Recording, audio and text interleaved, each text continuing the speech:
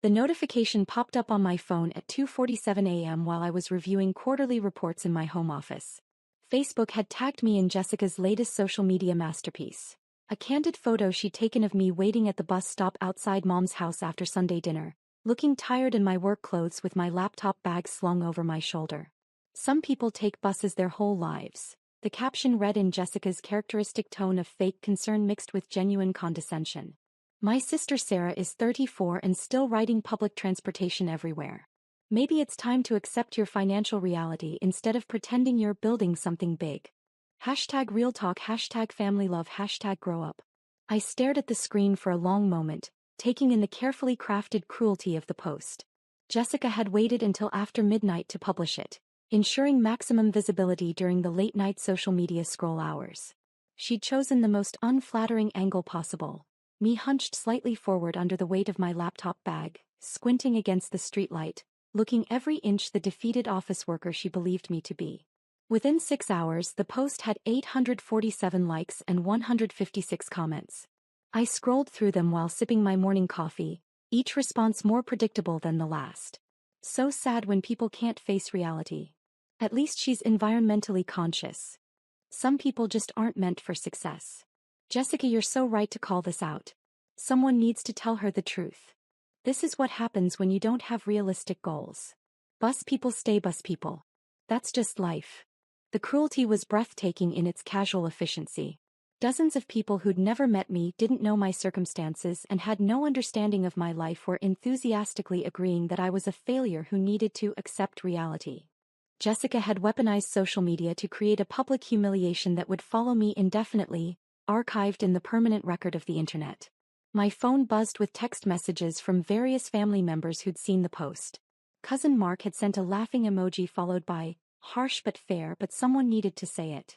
Uncle Robert had forwarded the post to our family group chat with the comment, "Jessica's got a point. Some people need to hear hard truths." Even my Aunt Linda, usually the peacemaker, had liked the post. I set the phone aside and returned to the documents spread across my mahogany desk, filings, investment bank proposals, and market analysis reports that would have made Jessica's social media followers reconsider their hasty judgments. But they weren't meant to see those documents. Not yet. The IPO had been in development for 18 months. Williams Aviation Services had grown from a small regional helicopter company to a comprehensive transportation empire spanning emergency medical services, executive transport, cargo delivery, and tourism flights across 12 states. Our fleet of 127 aircraft generated $340 million in annual revenue, with projections showing potential for $500 million within 2 years of going public. Goldman Sachs had valued the company at $2.8 billion for the initial public offering, with early investor interest suggesting the actual trading price could reach $4.2 billion by the end of the first day. My 67% ownership stake would make me worth approximately $2.8 billion the moment the market opened. But Jessica didn't know any of that. Neither did the rest of my family. To them, I was just Sarah who took the bus, worked some mysterious transportation job, and lived modestly in a downtown apartment that they assumed represented the peak of my financial capabilities. The decision to keep my success private hadn't been about shame or fear. It had been about protection and strategy. Growing up, I'd watched my family's treatment of anyone who achieved something significant. They either demanded immediate financial support, found reasons to tear down the achievement as undeserved, temporary, or somehow fraudulent, or simply refused to believe it was real until forced to confront undeniable evidence. When I'd started the company 9 years ago with a single-used helicopter and a $200,000 loan, I'd made the strategic decision to let them believe I'd remained small. It had started as a necessity. The early years were genuinely precarious, and I couldn't afford to have family members asking for loans or expecting financial support while I was reinvesting every penny back into the business. But as the company grew, the secrecy had become something more sophisticated. It protected me from the constant pressure to fund family vacations, down payments, and emergency expenses that seemed to multiply whenever someone in our family came into money. More importantly, it protected me from their disbelief, their casual dismissal of anything that didn't fit their preconceived notions of what I was capable of achieving. It had been surprisingly easy to maintain the illusion. I kept my apartment in the downtown area. A modest 2-bedroom that was actually quite convenient to our main office but looked appropriately humble to family members who visited. I dressed modestly for family events, shopping at the same stores I'd frequented during my genuinely broke years. And I took public transportation whenever I knew family members might see me. The bus stop outside Mom's house was actually 3 blocks from where my driver usually picked me up. But I'd walked there Sunday evening specifically because I'd spotted Jessica's car in the driveway and knew she'd be looking for photo opportunities. She'd been increasingly aggressive about documenting what she saw as my failures, posting subtle digs about family members who never grew up and still lived like college students. She delivered exactly what I'd expected, and exactly what I'd been prepared for. My phone rang at 6:15 a.m.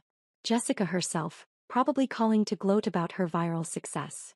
"Did you see my post?" she asked without preamble, her voice bright with satisfaction. "I saw it," I replied calmly, continuing to review the Goldman Sachs market analysis. "Good," she said.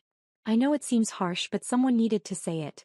You can't keep living in this fantasy world where you're going to suddenly become some kind of business mogul. You're 34, Sarah. It's time to accept reality." "You're probably right," I agreed, making notes on the projected opening stock price. "I am right," Jessica continued, warming to her theme. "And look, I'm not trying to be mean. I'm trying to help you. The sooner you accept your situation, the sooner you can find some peace with it. There's nothing wrong with taking buses and working regular jobs. Not everyone can be successful in business." "That's very thoughtful of you," I said, checking the time. "Markets would open in 3.5 hours. I just don't want you to waste any more years chasing these impossible dreams. You could be happy if you just accepted who you are." "And who am I, Jessica?" "You're someone who takes buses," she said simply. "Someone who works a regular transportation job and lives in a small apartment and doesn't have a lot of money. That's okay. That's who you are." "Interesting perspective," I replied, watching the social media metrics update in real time on my computer screen. Her post was now approaching 1,200 likes. "The post is really resonating with people," Jessica said, unable to keep the pride out of her voice. "I think a lot of people recognize the situation, having a family member who just can't face reality about their limitations." "It's certainly getting attention," I agreed. "Sometimes public accountability is what people need," Jessica continued. "When someone's living in denial, sometimes it takes their community to help them see the truth." After she hung up, I continued my morning routine with unusual calm. Jessica's post was spreading exactly as I'd anticipated, creating the perfect setup for what was about to unfold. The timing couldn't have been more perfect if I'd orchestrated it myself, which in a way I had. At 7:23 a.m. my phone rang again. Morgan Stanley, right on schedule. "Ms. Williams, this is David Chin from our IPO team. We wanted to confirm final details before the opening bell." "Everything looks good from our end," I confirmed, watching Jessica's post climb toward 1,500 likes on my computer screen. "Media strategy is still set for 9:30 a.m. announcement?" "Exactly. Forbes will break the story simultaneously with market opening. CNBC has you scheduled for a live interview at 10:15, and the Wall Street Journal feature will publish online at 11 a.m. CNN wants to do a segment on stealth wealth strategies at 2 p.m. "Perfect timing," I said, taking a screenshot of Jessica's post from my personal records. "This should be interesting." "Ma'am, if you don't mind my asking, you sound unusually calm for someone about to become a billionaire in 2 hours." I laughed, scrolling through the comments on Jessica's post where family friends were now chiming in with their own observations about my apparent financial failures. "Let's just say I've been looking forward to this particular morning for a long time." The comments section had become a feeding frenzy of casual cruelty. High school acquaintances were sharing their own memories of my supposed failures. Former co-workers from my early jobs were chiming in with observations about how I'd never seemed destined for success. Even people who barely knew me were offering psychological analyses of why some people refuse to accept their limitations. At 8:15 a.m. I received a text from my assistant. "Morning show producers are calling. Ready for media storm." I texted back, "Launch protocol. Full visibility." After hanging up with Morgan Stanley, I showered and dressed in my best suit, a custom Armani that had been hanging in my closet for 6 months, waiting for this exact day. The transformation from bus rider Sarah to billionaire CEO Sarah required more than just different clothes, but the clothes were an important start. The suit had been tailored specifically for television appearances and investor meetings. The navy fabric was chosen to photograph well under studio lights, the cut designed to project authority without seeming ostentatious. I'd had it made by the same tailor who dressed Fortune 500 CEOs, but I'd never worn it to family events. At 8:45 a.m., I took a taxi to Goldman Sachs' offices in the financial district. The irony wasn't lost on me. For the first time in months, I was actually riding in a vehicle other than the bus or my privately driven town car. By tomorrow, that irony would be the least interesting thing about my transportation choices. The Goldman Sachs conference room was filled with investment bankers, lawyers, and media representatives, all focused on computer screens showing pre-market trading data. Our stock ticker, WAVI for Williams Aviation Services, wouldn't start trading for another 30 minutes. But institutional investors were already placing orders based on the prospectus that had been circulating for weeks. Initial demand is extraordinary, announced Sarah Chin, the lead banker on our deal. We're seeing institutional orders for 2.3 times the available shares. Pension funds, sovereign wealth funds, major mutual fund companies, everyone wants a piece of this IPO. The room buzzed with the energy of a major financial event. Lawyers were making final calls to SEC regulators. PR representatives were coordinating with financial media outlets. Junior bankers were updating presentation slides with the latest pre-market data. This could be one of the strongest transportation IPO debuts in 5 years, Chin continued. Possibly the strongest debut in any sector this quarter. My phone had been buzzing steadily since 8:30, but I'd kept it face down during the pre-market briefing. Now, with 15 minutes until the opening bell, I finally checked the messages. 47 missed calls, 238 text messages, 1,847 Facebook notifications. Jessica's post had exploded overnight, reaching 3,200 likes and 487 comments. But now the comments had taken a different tone. People were sharing news articles with headlines like, "Mystery Transportation Billionaire to Go Public Today," and "Williams Aviation Services, the Quiet Empire About to Make Noise." Someone had connected the dots. "Oh shit," read a comment from Jessica's college friend. "Is this the same Williams from that aviation company going public today?" Sarah Williams. Jessica. Another friend had written in all caps. "Check the news right now. Your sister is in Forbes." "Wait, is this the Williams Aviation IPO? Holy crap, Jessica, what have you done?" The most recent comment, posted just 8 minutes ago, was from my cousin Mark. "Hey Jessica, you might want to delete this post. Like right now." But Jessica hadn't seen the warnings yet. Her last activity was a heart eyes emoji on someone's compliment about her brave honesty in calling out family members who live in denial about their financial situation.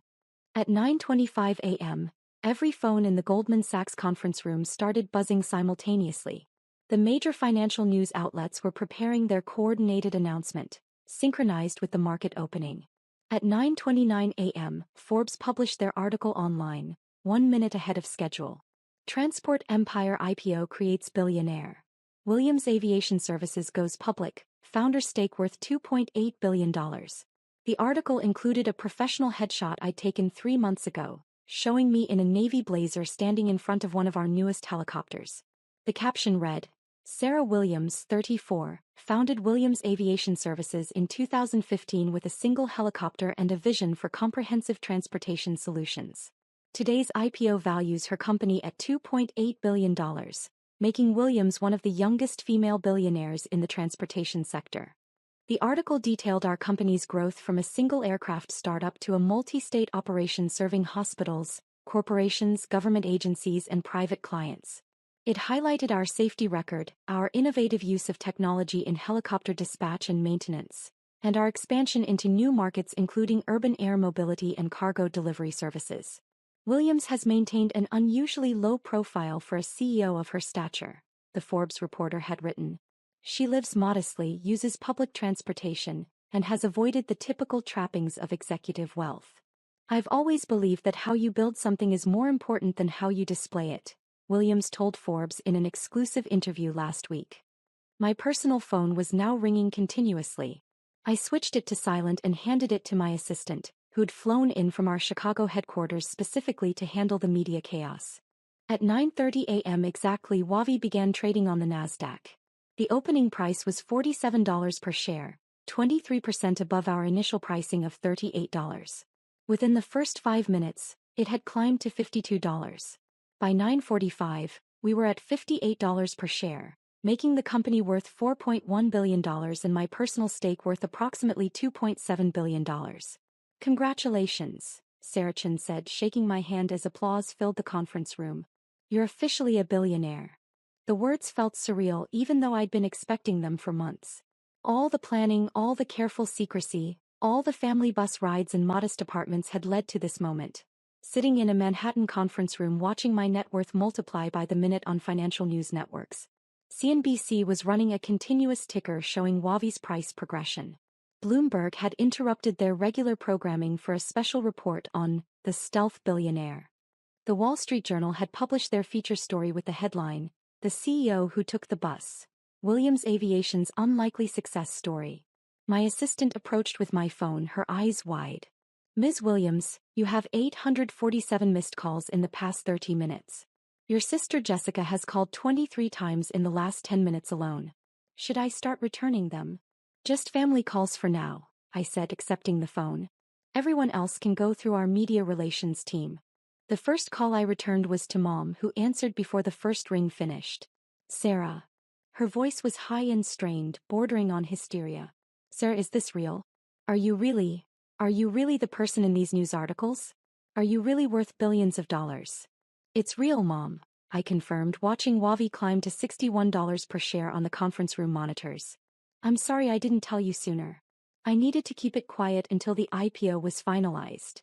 But you take the bus," she said, as if this fact alone disproved everything she'd seen on the news.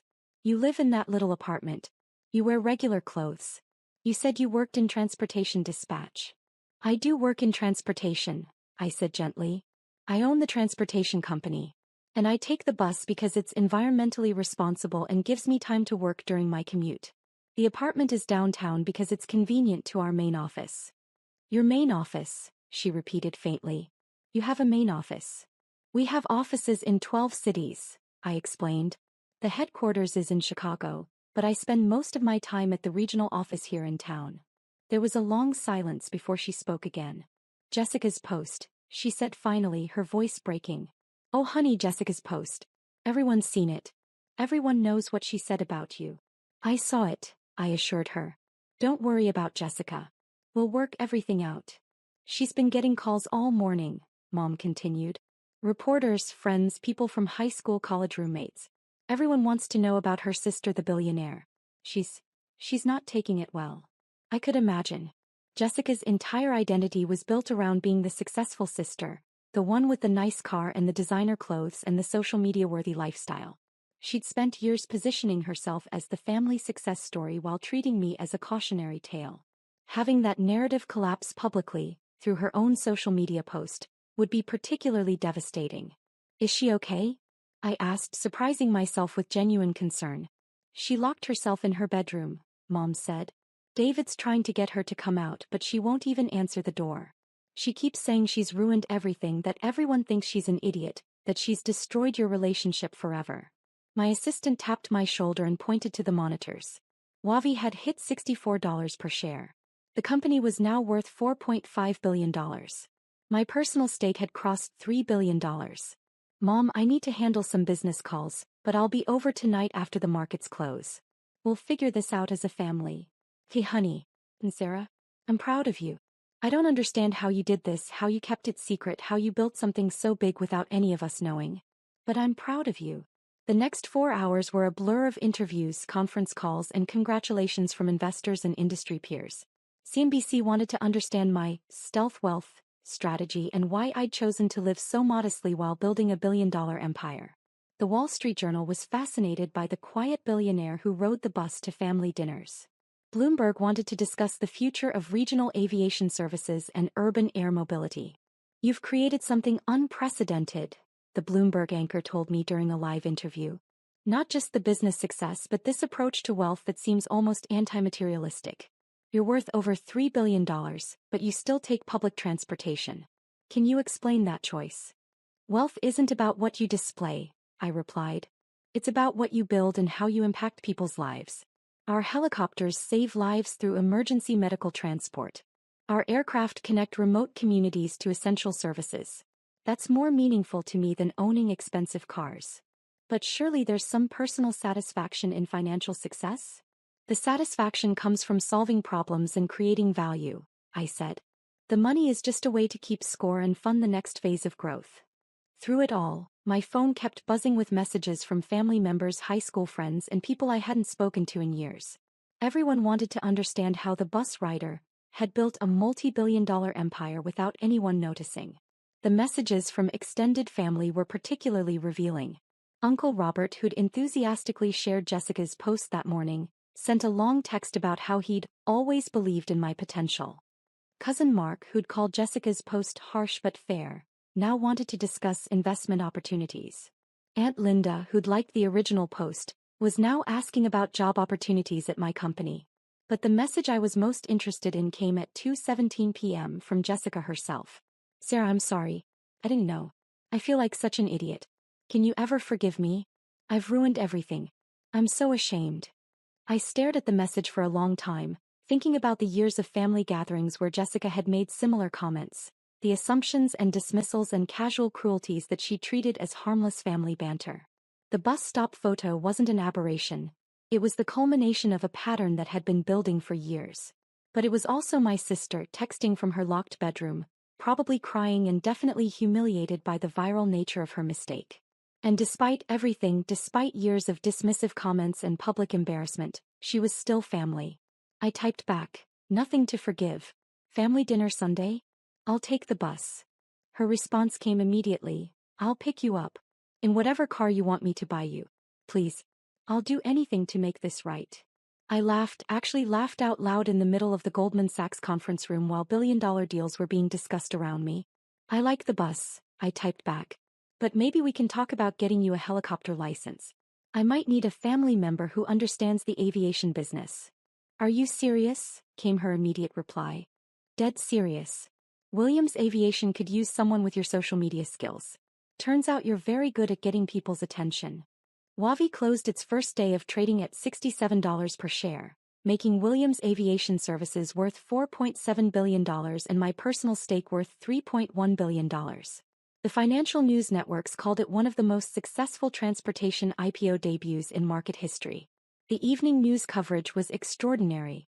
Every major network led with the story of the stealth billionaire, whose sister had unknowingly exposed her wealth through a cruel social media post. Jessica's original Facebook post had been shared over 50,000 times, but now it was being shared as an example of how assumptions about success can be completely wrong. This is a cautionary tale about judging people based on appearances, one CNN commentator observed. Sarah Williams built a billion-dollar empire while maintaining the lifestyle of a regular working person. Her sister's attempt to publicly shame her for taking buses backfired spectacularly when it turned out Williams could buy the entire bus company if she wanted to. But the real success, I thought as I finally headed home that evening, wasn't the money or the media attention or even Jessica's public comeuppance. It was the phone call I'd received at 4:30 p.m. from my company's head of human resources. Ms. Williams, she'd said, we've received over 3,000 job applications since the news broke. People are saying they want to work for a company led by someone who stays humble despite success. The applications are coming from MIT graduates, Harvard MBAs, former Google executives. Everyone wants to be part of what we're building. That was the real victory. Not the money, not the vindication, but the recognition that the values I'd tried to build into the company, substance over appearance, impact over image, long-term value over short-term gain, were resonating with people who shared those priorities. When I got home that night, there was a car in my apartment building's parking lot. Jessica's BMW, which suddenly looked very different to me now that I knew I could buy 100 of them without making a dent in my net worth. She was sitting on the steps outside my building, still in the same clothes she'd been wearing in her social media photos from the morning, but now they looked wrinkled and her makeup was streaked from crying. I brought Chinese takeout, she said when she saw me, holding up the familiar white containers. And I have some things to explain. And apologize for. A lot of things. I sat down beside her on the concrete steps, still wearing my custom suit from the day's interviews, and accepted a container of lo mein. Are you really worth $3 billion? She asked quietly. As of market close today, $3.1 billion, I confirmed. But I'm still your sister who likes Chinese takeout and takes the bus when it's environmentally responsible. Jessica stared at me for a long moment, her eyes red from crying, her perfect hair disheveled for the first time I could remember. I am never posting about anyone's finances ever again, she said through fresh tears. Probably wise, I agreed, opening my container and inhaling the familiar smell of Chinese food that had been our shared comfort food since childhood. Can you really forgive me? She asked. I was so cruel, so public about it. I humiliated you in front of hundreds of people. You humiliated yourself, I pointed out gently. I just happened to be the subject. And you know what? Maybe it was exactly what we both needed. What do you mean? You needed to learn that your assumptions about success might be wrong. And I needed to stop hiding who I've become. Living in secret was getting exhausting. Jessica started crying again, but this time she was laughing too. I posted a photo calling my billionaire sister a failure. This is going to follow me for the rest of my life. Or, I suggested, it could be the story of how you learn to see people differently. How you realize that success doesn't always look the way you expect it to. The buses would still be running tomorrow. But something told me my relationship with my family was about to change in ways that had nothing to do with transportation and everything to do with understanding that success, wealth, and worth are often hidden in places we never think to look. And Jessica learned that some people really do take buses their whole lives, even when they own billion-dollar aviation empires.